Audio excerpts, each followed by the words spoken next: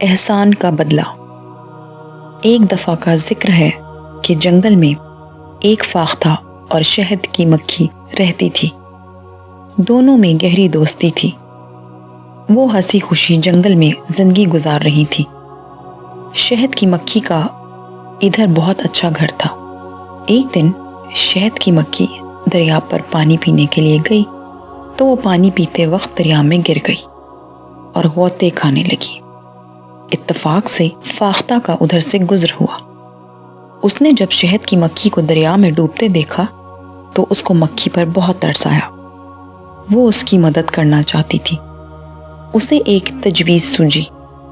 اس نے اپنی چونچ میں پتا لیا اور اس کو مکھی کے قریب پھینک دیا۔ مکھی نے پتا دیکھا تو اس کی جان میں جان آ گئی۔ پھر وہ پتے پر سوار ہو گئی۔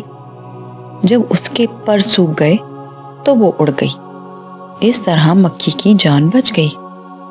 وہ فاختہ کی بہت شکر گزار تھی۔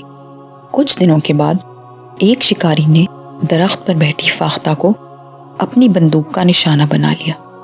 اتفاق سے مکھی کا ادھر سے گزر ہوا۔ اس نے جب فاختہ کی جان خطرے میں دیکھی تو فوراً اڑی اور شکاری کے ہاتھ پر بیٹھ گئی اور شکاری کو کاٹ لیا۔ شکاری کا نشانہ تکلیف کی وجہ سے خطا ہو گیا اور فائر کی آواز سن کر فاختہ اڑ گئی۔ اس طرح فاختہ کی جان بچ گئی۔ وہ مکھی کی بڑی شکر گزار تھی۔ اس طرح مکھی نے احسان کا بدلہ چکا دیا۔